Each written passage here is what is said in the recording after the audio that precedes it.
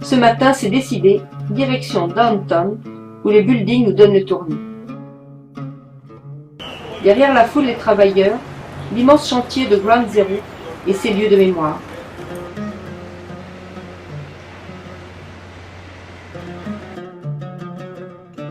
La St. Paul Chapel, la plus vieille église de New York, a survécu à la chute des tours, qui a pourtant anéanti tout le quartier. Elle a surtout accueilli les premiers blessés du 11 septembre. Une atmosphère de recueillement poignante règne à l'intérieur.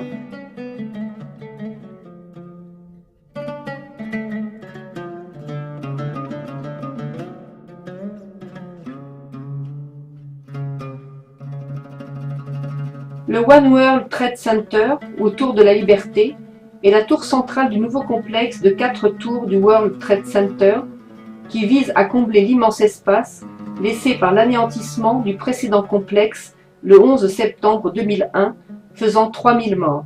La tour culminera à 1776 pieds, rappelant l'année d'indépendance des États-Unis, soit 541 mètres. Les travaux qui ont débuté en avril 2006 devrait s'achever en 2013, signant un cri d'espoir de l'Amérique en un avenir meilleur et un témoignage éternel aux victimes. Autres de 411,5 mètres, les Twin Towers, disparus, étaient les plus grandes de New York, employaient 50 000 personnes et étaient visitées par 100 000 touristes chaque jour.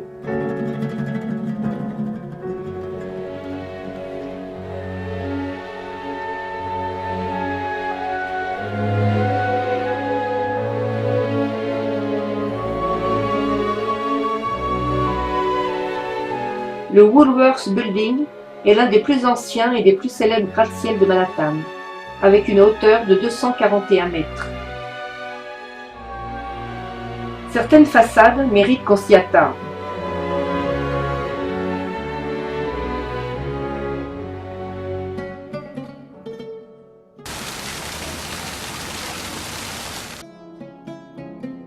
En arrière du square, le New York City Hall est le siège du gouvernement de la ville de New York.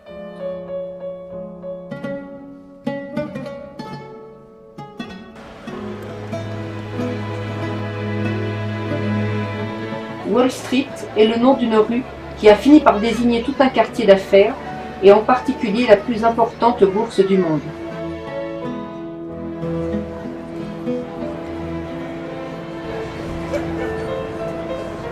The Trump Building, achevé en 1983, mesure 202 mètres de haut.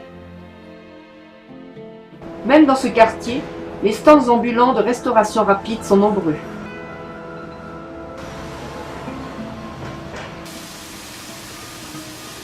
À la pointe sud de Manhattan, l'hélicoptère nous attend pour un survol exceptionnel sous le soleil. Et c'est parti pour 20 minutes au-dessus de l'Hudson River. Nous tournons le dos à Brooklyn pour survoler la Statue de la Liberté, inaugurée le 28 octobre 1886, un cadeau offert par la France aux États-Unis à l'occasion de la commémoration du centenaire de l'indépendance. Ellis Island a été dans la première partie du XXe siècle l'entrée principale des immigrants qui arrivaient aux États-Unis. L'Hudson River sépare le New Jersey et New York.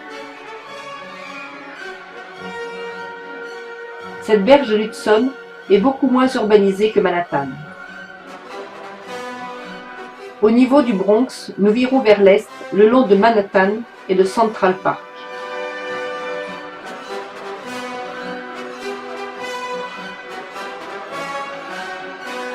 Un bateau de croisière et un porte-avions sont à quai.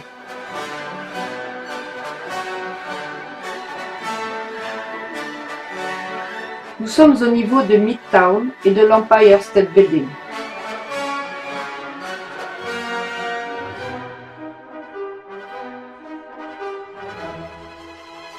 Les gratte-ciels de Downtown apparaissent et au milieu d'eux, le trou béant de Ground Zero.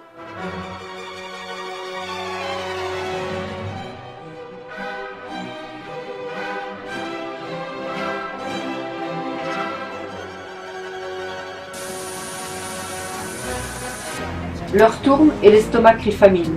Le hot dog sera vite englouti le long d'East River, où est aménagé le vieux port maritime de New York. Le quartier est touristique, mais le plus vieux quartier de New York a conservé l'atmosphère début 19e. La vue sur le pont de Brooklyn et l'hôtel de ville est superbe. Les New-Yorkais adorent leur pont à deux niveaux, les touristes aussi. Construit en 1883 et long de 1883 mètres, il a longtemps représenté le rêve américain. À 83 mètres au-dessus de l'East River, la vue est imprenable sur les gratte-ciel de Manhattan. Il nous faut une petite demi-heure pour le traverser.